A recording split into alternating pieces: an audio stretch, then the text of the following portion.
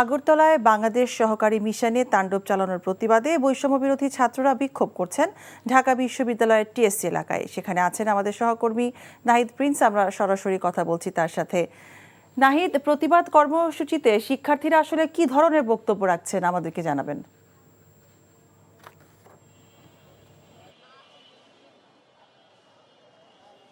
শিক্ষার্থীরা অনেক ধরনের বক্তব্য রাখছেন। তারা বলছেন যে বাংলাদেশ একটি রাষ্ট্র, তার যে নিয়ম সেই নিয়মেই তারা চলবে। ভারতের কোনো নিয়ম বাংলাদেশে চলবে না এবং বাংলাদেশ যেন ভারতের কোনো সান্নিধ্যে না আসে সেই বিষয়ে তারা বলছেন এবং বলছেন যে বাংলাদেশ ভারতের যে রপ্তানির খাতে যে সম্পর্ক রয়েছে, আমদানি রপ্তানির সম্পর্ক, সেটি যেন যে পণ্যগুলো ভারত থেকে আনতে হয় সেই পণ্যগুলো যেন বাংলাদেশে তৈরি করা যায় সে বিষয়ে তারা বলছেন। উপদেষ্টা পরিষদেও তারা জানাবেন সেটিও তারা বলছিলেন এবং তারা এখানে কিন্তু 7টার পর থেকেই মূলত তারা বিক্ষোভে উত্তাল হয়ে পড়ে পুরো শাহবাগ এলাকা জুড়ে। এখনও কিন্তু শাহবাগের যে রাজু ভাস্কর্যের সামনে সেখানেও কিন্তু এখনও এই বিক্ষোভ সমাবেশ চলছে। আমরা দেখতে পাচ্ছি বিভিন্ন সংগঠন কিন্তু বিক্ষোভ সমাবেশ করেছে, ছাত্র অধিকার পরিষদ করেছে, বৈষম্য বিরোধী ছাত্র আন্দোলনের শিক্ষার্থীরাও কিন্তু সেই সমাবেশ করেছে এবং বিভিন্ন ব্যানারেই কিন্তু মূলত আজকের এই সেই উত্তাল শাহবাগ আমরা যেটি বলি সেই ঘটনাটি যদি আপনাদেরকে জানাই, সেটি হলো যে আগরতলার ত্রিপুরায় যে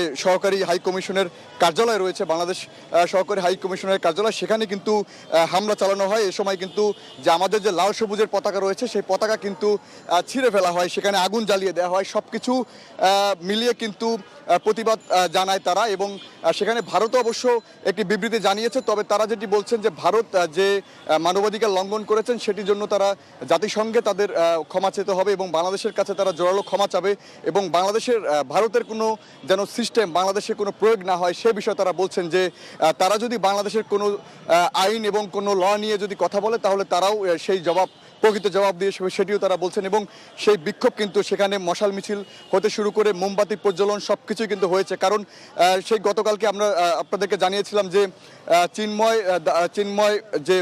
চিন্ময় যে রয়েছেন যে ইসকনের নেতা, তাকে কিন্তু তার মূলত গ্রেপ্তার এবং তাকে যে আইনের আওতায় নেওয়ার প্রতিবাদেই কিন্তু মূলত আজকের তাদের এই যে সমাবেশ ছিল সেটি তারা মূলত এটিকে কেন্দ্র করি এবং সেটি কেন্দ্র করেই কিন্তু মূলত ভারতে তারা বিক্ষোভ সমাবেশ করে এবং তারপর কিন্তু আগরতলার যে ত্রিপুরায় যে বাংলাদেশ হাই কমিশনের কার্যালয় রয়েছে, সহকারী হাই কমিশনের কার্যালয়, সেটি কিন্তু তারা হামলা এবং ভাঙচুর, তারপরে পতাকা আগুন জ্বালিয়ে দেয় এবং সেইটির প্রেক্ষিতে কিন্তু আজকের এই উত্তাল শাহবাগের পরিস্থিতি। এখন অনেকটাই তারা চলে গেছে, কিছুক্ষণ আগে তারা বক্তব্য দিয়ে এখান থেকে সরে গেছে, তবে কিছু ছাত্ররা রয়েছে এখানে। তো সব কিছু মিলিয়ে কিন্তু শাহবাগের অবস্থা এমনই রয়েছে। সেই 7টার পর থেকে তারা বিভিন্ন দাবি তুলছেন এবং কিন্তু যে দলীয় নেতারা রয়েছেন তারা কিন্তু কেউ আসেনি, ছাত্ররাই ছিল এখানে। তো সব কিছু মিলিয়ে এই ছিল আমার কাছে টিএসসি থেকে সর্বশেষ।